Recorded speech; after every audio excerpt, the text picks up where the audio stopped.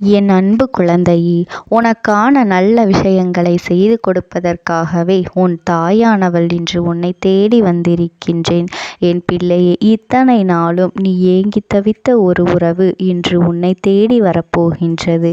அந்த உறவு உன்னை தேடி வருவதற்கான நேரமும் நெருங்கிவிட்டது. உன்னை தேடி வருபவர் உனக்கு பிடித்தவராக இருக்கும் பொழுது உன் சந்தோஷத்தை உன் அம்மா நான் காண வேண்டாமா? அதனால்தான் என் குழந்தையே, அதனை காண்பதற்காகத்தான் நான் வந்திருக்கின்றேன். எந்த விஷயம் உனக்கு சந்தோஷத்தை கொடுக்கின்றதோ அந்த விஷயம் உன் வாழ்க்கையில் உனக்கு நிம்மதியை கொடுக்கப் போகின்றது. அந்த விஷயத்தை நிரந்தரமாக உன் வாழ்க்கையில் கொடுக்க வேண்டும் என்றுதான் உன் அம்மா நான் வந்திருக்கின்றேன். நீ எல்லளவும் கூட இந்த அம்மாவின் மீது சந்தேகப்பட வேண்டாம். இதை நான் நடத்தி தருவேனா என்ற சந்தேகம் உனக்கு எப்பொழுதும் வரவேண்டிய அவசியமே கிடையாது. என் தங்கமே, உன்னுடைய விருப்பத்தை நிறைவேற்றி தர வந்திருக்கின்றேன். யார் வேண்டுமானாலும் எப்படி வேண்டுமானாலும் இருந்துவிட்டு போகட்டும். அதை பற்றி எல்லாம் என் தங்கமே நீ கவலைப்பட வேண்டாம். உன்னோடு உனக்கு பிடித்தவர் நிச்சயமாக வரப்போகின்றார். அவர் யார் என்று உன் அம்மா நான் இன்று உனக்கு சொல்லிவிடப் போகின்றேன். என் செல்லமே, உனக்கு ஆபத்து இருக்கும் பொழுது யார் உதவி செய்வார்கள்? நீ ஆபத்தில் இருக்கும் பொழுது யார் உன்னை கொண்டு உனக்கு உதவி செய்ய வேண்டும், உன்னை அதிலிருந்து மீட்க வேண்டும் என்று யாருக்கு மனம் வந்ததோ அவரை பற்றிதான் உன்னிடத்திலே நான் சொல்லிக் கொண்டிருக்கின்றேன். எத்தனை பேர் உன்னை சுற்றி இருந்தாலும் அத்தனை பேருக்கு மத்தியிலும் இவர் ஒருவரை உன்னிடத்தில் மிகுந்த அக்கறை கொண்டு நடந்து கொண்டவர். என் குழந்தையே, உன்னை விட்டு இப்பொழுது தொலைவில் இருக்கின்றாய். சில நேரங்களில் உனக்கு மிக மிக ஆறுதலாக இருந்து கொண்டிருந்தவர் உன் மனதில் இருக்கின்ற ஆசைகளை எல்லாம் தன்னுடைய ஆசையாக நினைத்து உன்னோடு இருந்தவர், உனக்கு நிறைவேற்றி கொடுக்க வேண்டும் என்று உன்னோடு இருந்தவர். ஆனால் இன்று உன்னை விட்டு தொலைவில் இருந்து கொண்டிருக்கின்றார். உன்னை பற்றி நீ எப்பொழுதுமே நினைக்கின்ற விஷயங்களை விட உன்னை பற்றி, உன்னுடைய ஆசைகளை பற்றியும் உன்னுடைய கனவுகளை பற்றியும் இவர்தான் அதிகமாக நினைத்து கொண்டிருக்கின்றார். அவர் எப்பொழுதுமே உன்னை பற்றிய சிந்தனைகளோடு இருந்தவர் இப்பொழுது உன்னை விட்டு வெகு தொலைவில் இருந்து கொண்டிருக்கின்றார். உன்னுடைய நினைவுகள் எல்லாம் அவருக்கு இருக்கின்றதா இல்லையா என்பது கூட தெரியாமல் தான் இருந்து கொண்டிருக்கின்றாய். அதனால்தான் நீ மனவேதனையிலும் இருந்து கொண்டிருக்கின்றாய். மீண்டும் அவரோடு வாழ வேண்டும், அவரோடு சேர வேண்டும் என்று மனதார ஆசைப்படுகின்றாய் அல்லவா? எல்லாமே உன் அருகில் இருந்து எதுவும் இல்லாதது போன்ற ஒரு வாழ்க்கையை நீ உணர்ந்து கொண்டிருக்கின்றாய். வாழ்க்கையே வேறு வெறுப்பாகி விட்டது. இந்த வாழ்க்கை இதற்கு மேலும் வேண்டுமா என்று நீ வேதனைப்பட்டு கொண்டிருந்த சமயத்தில்தான் நீ என்னிடத்திலே வந்து வேண்டுதல் வைத்திருந்தாய். அம்மா, நான் உன்னிடத்திலே எதையும் கேட்கவில்லை. என் வாழ்க்கையை எனக்கு கொடுத்து விடுங்கள். நான் எப்படியெல்லாம் இந்த வாழ்க்கையை வாழ வேண்டும் என்று நினைத்தேனோ அது எல்லாம் இப்பொழுது வாழ முடியாமல் போய்விடுமோ? இப்பொழுது எதுவுமே இல்லாமல் வெறுமையாக இருக்கின்றேன். மீண்டும் எனக்கு அந்த வாழ்க்கையை கொடுத்து விடுங்கள் தாயே என்று என்னிடத்தில் வேண்டுதல் வைத்தாய் அல்லவா? என் செல்லமே, நீ எப்பொழுதுமே உயர்வான எண்ணங்களை மட்டும் மனதில் வைத்திருக்கின்றாய். உன் மனதில் இருக்கின்ற எண்ணங்கள் நிச்சயமாக உன் வாழ்க்கையை மீட்டு உன் கைகளில் கொடுக்கும் என்பதனை நீ நினைவில் வைத்துக்கொள். என் செல்லமே, இனி உன் வாழ்க்கையில் நல்லது மட்டுமே நடக்கும். நீ என்னை மனதார நம்பிதானே என்னிடத்திலே வந்து உன்னுடைய வேண்டுதல்கள் ஒவ்வொன்றையும் சொல்லியிருக்கின்றாய். உன்னுடைய வாழ்க்கையையும் கடந்த கால வாழ்க்கையையும் நினைத்து நீ வேதனைப்பட்டு கொண்டிருக்கின்றாய் அல்லவா? இதற்கு முன்பு எத்தனையோ சந்தோஷங்களை நமக்கு பரிசாக கொடுத்த வாழ்க்கை இன்று வெறுமையை மட்டுமே பரிசாக கொடுத்து கொண்டிருக்கின்றது. இனிமேல் இந்த வாழ்க்கையை நாம் சந்தோஷமாக வாழ்வோமா என்ற சந்தேகம் உனக்கு முன்பு இருக்கலாம். ஆனால் இந்த அம்மா உன்னோடு பேசிய பிறகு நிச்சயமாக அந்த எண்ணம் உன்னிடத்திலே இருக்கவே கூடாது. என் தங்கமே, உன்னுடைய வாழ்க்கை எல்லாவற்றையும் மறந்து இனிமேல் நீ நிம்மதியாக வாழப்போகின்ற நாள் வெகு தொலைவில் இல்லை, மிக அருகிலேயே உனக்கு எல்லா சந்தோஷங்களும் கிடைக்கப் போகின்றது. என் தங்கமே, உன்னுடைய அந்த உறவு உன்னை தேடி வருகின்ற நேரம் நிச்சயமாக உன் வாழ்க்கையில் உன்னை பிடித்த தீய சக்திகள் எல்லாம் உன்னை விட்டு விலகி ஓடப் போகின்றது. என் செல்லமே, நீ அவரை பற்றி அவர் பிறந்ததற்கு முக்கியமான காரணம் அந்த தீய சக்திதான். அது என்ன சக்தியாக இருக்கும் என்று நீ எனக்கு தெரியும். நான் சொல்லுவது தீய சக்தி சில மனிதர்கள்தான் என்பதனை நீ புரிந்து கொள்ள வேண்டும்.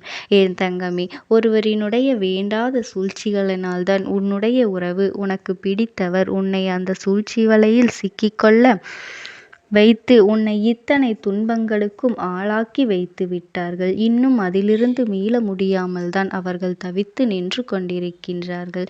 இப்பொழுது இந்த அம்மாவானவள் உன்னுடைய வாழ்க்கைக்குள் வந்துவிட்ட பிறகு, நீ என்னுடைய குழந்தையாக மாறிவிட்ட பிறகு, இப்பொழுது எல்லாம் அவருடைய வாழ்க்கையில் அவருடைய மனதிலும் பல மாற்றங்கள் வரத் தொடங்கிவிட்டது.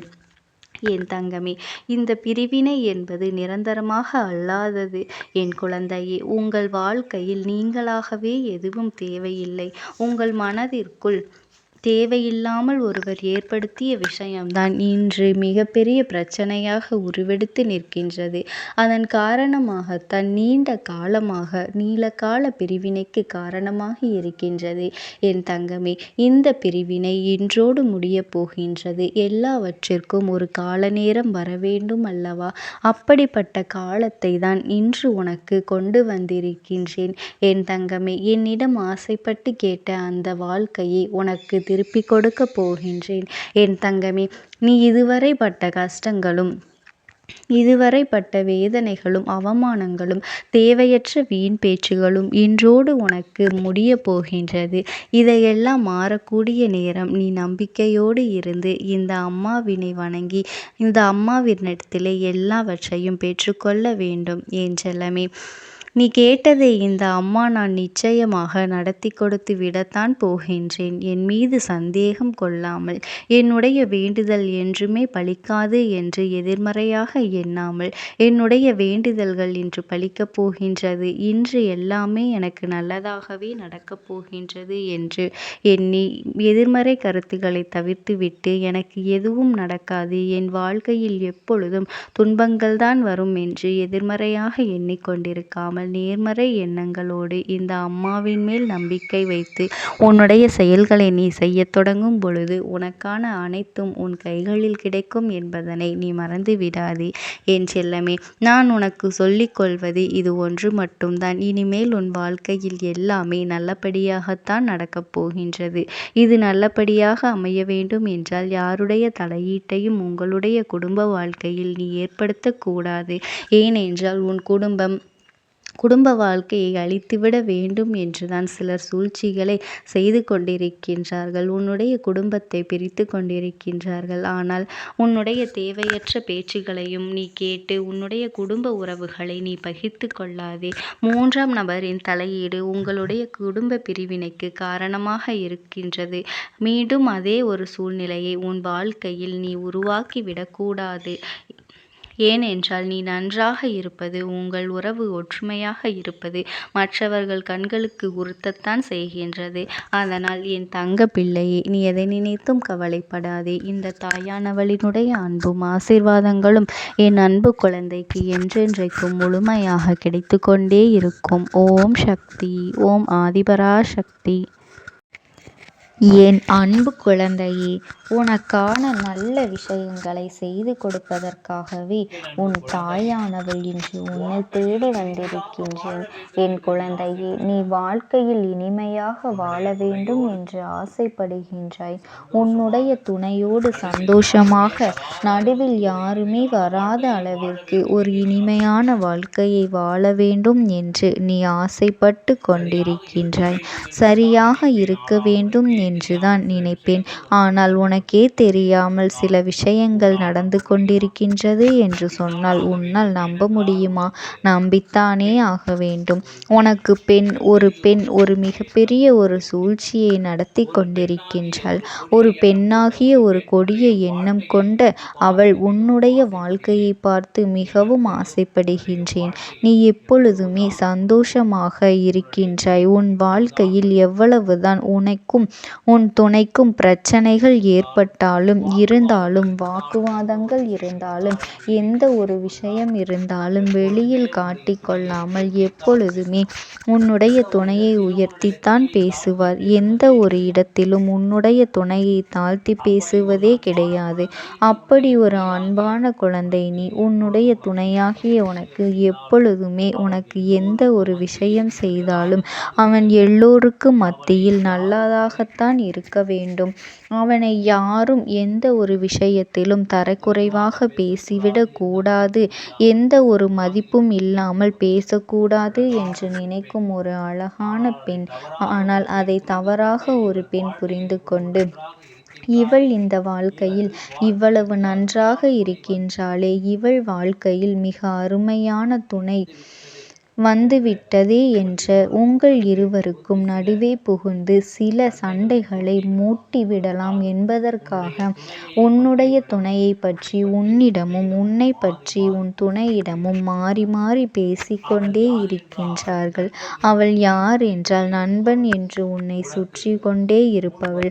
உனக்கு முன்வந்து நின்று, அதாவது உனக்கு ஏதாவது ஒன்று என்றால் உனக்கு முன்வந்து நின்று அவள்தான் சரி செய்து தருவாள். உன்னைப் போல ஒரு நண்பன் ஒரு தோழி கிடைத்ததற்கு நான் தான் கொடுத்து வைத்திருக்க வேண்டும். அவ்வளவு பெரிய நல்ல நண்பன் நல்ல தோழி நீ. உன்னுடைய கணவன் எனக்கு நண்பன், நீ வந்து எனக்கு ஒரு நல்ல தோழி என்று சொல்லிக்கொண்டு உங்கள் இருவரையும் பிரித்து வைத்து கொண்டு இருக்கின்றார்கள். பிரித்துவிட்டு நடுவில் புகுந்து விடலாம் என்று நினைத்து கொண்டு, அதாவது ஒரு பெண் உன் நண்பன் உன்னுடைய வாழ்க்கை உன் தோழி கெடுத்து கொண்டு இருக்கின்றாள். அதனால்தான் சில சமயம் உங்கள் இருவருக்கும் கருத்து வேறுபாடு வருகின்றது. நீ இதை சொல்வது உன்னுடைய கணவன் வேறு ஒரு விஷயத்தை சொல்வது உண்டு. துணை வேறு ஒரு விஷயத்தை சொன்னால் நீ வேறு ஒரு விஷயத்தை சொல்லும்போது உங்கள் இருவருக்கும் நடுவே ஒரு மிகப்பெரிய ஒரு பாலம் வந்து உருவாகின்றது. அதற்கு நடுவே வந்து விடுகின்றாள். அவள் உனக்கு சாதகமாக இங்கு பேசிவிட்டு உன்னை பற்றி அங்கு பேசிக்கொண்டு இப்படி நட்பே உன்னுடைய வாழ்க்கையை கெடுத்து கொண்டு இருக்கின்றாள். இன்னொரு விஷயத்தை நன்றாக தெரிந்து கொள். எப்பொழுதும் உங்களுக்கு ஒரு பிரச்சனை வருகின்றது என்றால் நடுவில் யாரையும் விடாதீர்கள் என்பது என்னுடைய கருத்து. ஏன் நண்பனாக இருக்கலாம், அம்மாவாக இருக்கலாம், அப்பாவாக இருக்கலாம், ஒரு நல்ல பிள்ளையாக கூட இருக்கலாம். யாரையுமே எந்த உறவாக இருந்தாலும் சரி, உனக்கு எப்பொழுதும் உயிரை கொடுக்கும் உறவாக இருந்தாலும் சரிதான், உங்கள் இருவருக்கும் ஏதோ ஒரு பிரச்சனை வருகின்றது என்றால் யாரையும் அனுமதிக்காதீர்கள். உங்களுக்கு என்ன பேச வேண்டுமோ அதை பேசு. இங்கு என்ன பேச வேண்டுமோ அதை உன் துணை நேரடியாக உன்னிடம் வந்து பேசட்டும். நீ என்ன பேசுவது நேரடியாக வந்து துணையிடம் பேசு. மற்றபடி நடுவே ஒரு பாலத்தை உருவாக்கி அதன் மூலமாக மற்றவரை எப்பொழுதுமே பேச வைக்காதீர்கள். உங்கள் இருவருக்கும் உள்ள இடைவெளியானது எப்பொழுதும் நெருக்கமாகத்தான் இருக்க வேண்டும். எப்போது இடைவெளி வருகின்றதோ அப்பொழுது இன்னொரு நபர் உன் வாழ்க்கையில் புகுந்து உன் வாழ்க்கையில் பிரச்சனைகளை இன்னும் அதிகரித்து கொண்டிருக்கின்றார்கள் என்று அர்த்தம். இதை தவிர நீ நினைப்பது போல ஒரு நபர், அதாவது ஒரு அம்மாவாக அப்பாவாக யாராக வேண்டுமானாலும் இருக்கலாம். யாரையும் குறை சொல்லவில்லை. யாராக வேண்டுமானாலும் இருக்கலாம். யாரையும் உன் வாழ்க்கைக்குள் நடுவே விடாதே என்றுதான் நான் சொல்கின்றேன். புரிகிறதா என் குழந்தையே? ஆசை ஆசையாக உன் வாழ்க்கையில் ஒவ்வொரு கட்டமும் நீ வாழ்ந்து கொண்டிருக்கின்றாய். ஆசை ஆசையாக உன்னுடைய வாழ்க்கைக்கு நடுவே யார் புகுந்தாலும் அது மிகப்பெரிய பிரச்சனையாகத்தான் மாறுமே தவிர அது ஒரு சின்ன பிரச்சனையாக மாறாது. இருவரும் சேர்வதற்கான ஒரு வாய்ப்புகள் உங்களுக்குள் கிடைக்காது. நீங்கள் பேச வேண்டுமா? ஒருவருக்கொருவர் எப்பொழுதுமே எந்த ஒரு இரக்கங்களையும் ஏற்ற இறக்கங்களையும் பார்க்காதீர்கள். நான்தான் உயர்ந்தவன், நீதான் உயர்ந்தவன் என்றெல்லாம் பார்க்காதீர்கள். 2 பேரும் சமம்தான். 2 பேருமே ஒத்துப்போகி ஒரு வாழ்க்கை நடத்தும் ஒரு மிகப்பெரிய விஷயம். அது வேறொரு கையில் எங்களை சேர்த்து வையுங்கள் என்று ஒரு கருத்து வேறுபாடு ஆகிவிட்டது என்றால், அதனால் நீங்கள் போய் பேசி என்னுடைய துணையை என்னிடம் சேர்த்து வையுங்கள், என்னிடம் பேச வையுங்கள் என்றெல்லாம் சொல்லாதீர்கள்.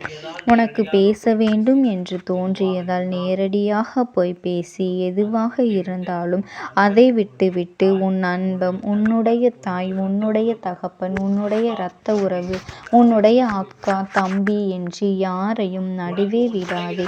உனக்கு உன் துணையிடம் பேச வேண்டுமா? உன்னுடைய உறவு உனக்கு வேண்டுமென்றால் நீயே போய் பேசு. மனதில் எப்பொழுதும் எந்த ஒரு விஷயத்தையும் மறைக்காமல் வெளிப்படையாக நீயும் உன் துணையும் பேசிக்கொள்ளுங்கள். நிச்சயமாக மனதிற்குள் இருக்கும் அனைத்து விஷயங்களும், நிச்சயமாக மறைந்த ஒரு சந்தோஷமான விஷயங்கள் உன் வாழ்க்கையில் கிடைக்கும். நிச்சயமாக காலம் உன்னுடைய வாழ்க்கையை உயர்த்தும்.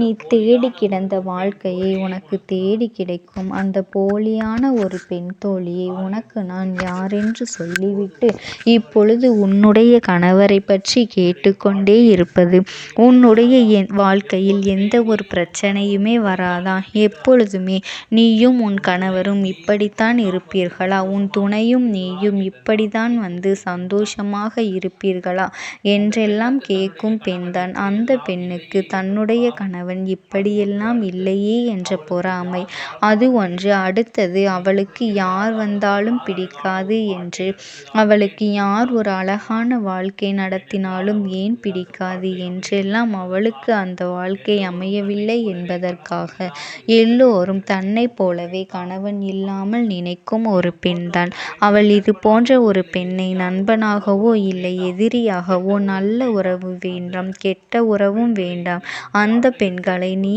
உன் வாழ்க்கையில் சேர்த்து கொள்ளாமல் இருந்தாலே போதும். உன் வாழ்க்கையில் நீ முன்னுக்கு வந்து விடலாம். நிறைய பேர் எல்லாம் இல்லை, அந்த ஒரு நபர் மட்டும் உன் வாழ்க்கையில் இருக்க வேண்டாம். உன் கணவனும் நீயும் ஒன்றாக வெளியில் சென்றால் கூட நமக்கு இப்படி ஒரு வாழ்க்கை அமையவில்லையே என்று உன்னை நினைத்து பொறாமை கொண்டிருப்பவள்தான் அவள், என் தங்க குழந்தை. அதனால் இப்பேற்பட்ட உறவு உன் வாழ்க்கையில் இருந்தால் நீ நிச்சயமாக இவளை உன் வாழ்க்கையை விட்டு வெளியேற்றி விட வேண்டும். என் அன்பு குழந்தைக்கு இந்த தாயானவளினுடைய அன்பும் ஆசீர்வாதங்களும் என்றென்றைக்குமே முழுமையாக கிடைத்து கொண்டுதான் இருக்கும். ஓம் சக்தி. ஓம் ஆதிபரா சக்தி.